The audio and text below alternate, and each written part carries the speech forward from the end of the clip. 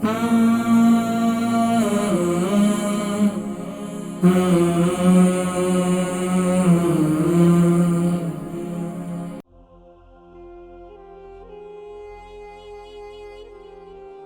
Sugar जो है वो 20 साल से है और इसके साथ साथ उनका बाईपास भी हुआ था। जी अस्सलाम वालेकुम वरहमतुल्लाहि वबरकातुहू। अस्सलाम। जी नाम, उम्र, वजन, शहर। अस्सलाम वालेकुम। वालेकुम अस्सलाम वरहमतुल्लाहि वबरकातुहू। जी मेरा नाम, नाम उम्र। माजिद है, मेरी उम्र 60 साल है और मेरा वजन जो है ना, टीवी की आवाज को वजन बंद मेरा करें। जो है ना 90 किलो है। अच्छा, मुझे शुगर है कम अपनी से टीवी कम की 20 आवाज को साल बंद से। करें। अपनी टीवी की आवाज को बंद करें, आपकी टीवी की आवाज रिपीट आ रही है। अच्छा, 1 सेकंड। जी अब बताइए। अच्छा, मुझे शुगर है 20 साल से, लेकिन मैं इंसुलिन भी इस्तेमाल करता हूँ, लेकिन गोलियां भी खाता हूँ, यानी कि मेरा बाईपास ऑपरेशन भी हुआ है, लेकिन मेरी शुगर जो है कभी डाउन नहीं हो रही है। और उसके बाद चलने से बहुत तकलीफ है, बहुत सांस फूक जाती है और दर्द भी जो है ना हर वक्त मेरी टांगों में रहता है। वो जहाँ जो उन्होंने यहाँ से टांगों में से नाड़ें निकाल के दिल में डाली है ना, और जब मैं चलता हूँ तो बहुत सांस फूक जाती है। लेकिन इसका कोई बारे में कोई हल है कि एक नंबर? दूसरा, मुझे नींद बहुत आती है क्योंकि बहुत दिन में बैठे बैठे सो जाता हूँ मैं। इसका कोई हल बता दे प्लीज, जो है ना। मैं जिक्र करता हूँ मेरे बुजुर्गों। प्रोग्राम देखे, कहाँ से कॉल कर रहे हैं? मैं बर्मिंघम से बोल रहा हूँ। जी प्रोग्राम देखे, मैं जिक्र करता हूँ। अच्छा, हमारे बुजुर्ग थे माजिद साहब, इनकी उम्र 60 साल है और 90 केजी इनका वजन है। इनको तकरीबन शुगर जो है वो 20 साल से है। बर्मिंघम से उन्होंने कॉल की और इंसुलिन जो है वो भी ले रहे हैं, टैबलेट भी ले रहे हैं और इसके साथ साथ उनका बाईपास भी हुआ था और सांस अब जो है बाईपास होने के बाद जो है अब इनका सांस बहुत फूलता है और नींद उनको बहुत ज्यादा आती है। देखिए क्या होता है कि जब भी आपका ब्लड प्रेशर लो होता है तो ये कैफियत होती है कि नींद बहुत ज्यादा आती है। दूसरा ये कि आपको शुगर भी हाई है, जाहिर बात है आसाबी कमजोरी इसकी वजह से पैदा होती है।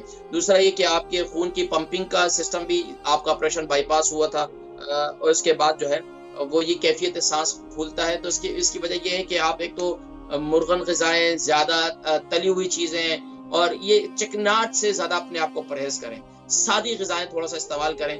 क्या होता है इस उम्र में जबान का चस्का नहीं बनता। चस्के से मुराद ये कि जबान का जायका नहीं होता, दिल नहीं करता किसी चीज को खाने को, भूख नहीं लगती और अजीब सी कैफियत होती है।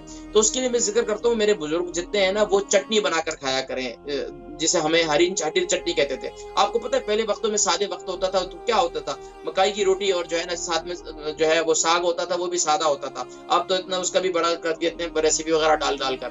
तो या तो फिर क्या चटनी के साथ रोटी खाते थे, या अब वो क्या है जी, आप चटनी बना लें, ग्रीन चटनी, उससे खाना खाया करें। एक तो ये है कि धनिया, पुदीना, हरी मिर्च और लहसुन, इसकी बस एक चटनी बना लिया करें। अगर इसको थोड़ा सा और मुफीद और बड़ा जायकेदार बनाना है, इसमें थोड़ा सा थोड़ी सी क्या नाम है, थोड़ा सा भुना हुआ जीरा और थोड़ा सा भुना हुआ धनिया, उसको भून लें, उसको उसके साथ उसको भी पीस लें, वो शामिल कर लें। इससे जो है आप थोड़ा सा इससे आपको जो है वो सांस की तकलीफ भी, आपका मैदे का सिस्टम भी और आपके जो ब्लड प्रेशर है वो भी इंशाल्लाह उससे बेहतर हो जाएगा। अच्छा, दूसरा, इसको आप बगैर रोटी के भी खा सकते हैं, ऐसे भी चख सकते हैं।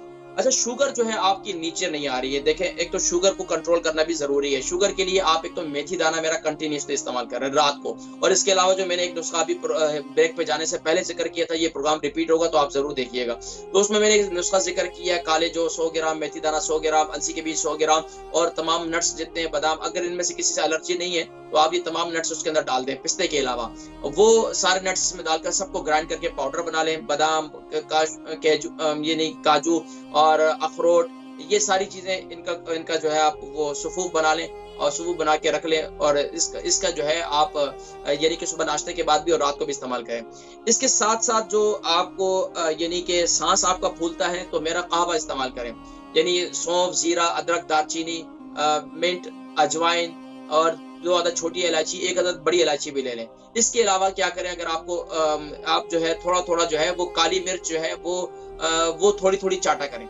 इससे आपका सांस भी ठीक होगा और अगर आपका ब्लड प्रेशर भी वो भी लो रहता है तो आप इसके साथ नमक में लगाकर, काला नमक जो है वो चाटा करें। इससे इंशाल्लाह आपकी ये तकलीफ भी बेहतर हो जाएगी। इसके अलावा आपको नींद नहीं आती तो नींद देखिए, एक तो ये कि अपने जिस्म का मसाज करवाएं। बुजुर्गों के जिस्म का खून के दौरान की कैफियत ऐसी होती है। मैं हमेशा ये कहता हूँ औलादों को, भाई यूके यूरोप में रहने वालों या दुनिया के किसी भी खित्ते में आप रहते हो, अगर आपके घर में आपके वालिदैन हयात हैं, जिंदा हैं, बुजुर्ग हैं, उनकी खिदमत किया करो। बहू हैं तो उनसे कहूंगा कि वो खिदमत किया करें। सासों को कहूंगा कि वो सासुरों कहूंगा कि अपने बहुओं पर भी जो है वो हल्का हाथ रखा करें। तो वो क्या है, ताकि वो आपकी खिदमत कर सकें, इतना मौका उनको दें कि वो आपकी खिदमत करें। तो एक तो ये है कि उनका मसाज करें। बेटियां हैं तो माँ का मसाज करें, बहू हैं तो सास माँ का मसाज करें, और बेटे हैं तो वो जो है दामाद हैं वो भी खिदमत करें। तो क्या हो गया, कोई बुरी बात नहीं है। तो ये है कि मसाज करें उनके जिस्म का।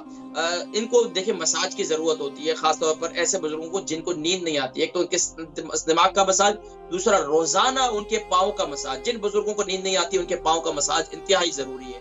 पाँव का मसाज करें इंशाल्लाह, और सर का मसाज करें, थोड़ा सा उनके जिस्म को रिलैक्स करें। आप ये देखें इतनी प्यारी नींद आएगी कि पूछे नहीं इंशाल्लाह। दूसरा ये क्या करें कि इनको हल्दी वाला रात को जो है ना वो बना दें, पानी बना दें, उसके साथ जो है इनको मेथी दाना 1 चम्मच वो खिला दिया करें। तो ये इससे इंशाल्लाह आपको काफी फायदा होगा। अल्लाह पाक आपको शिफा अता फरमाए।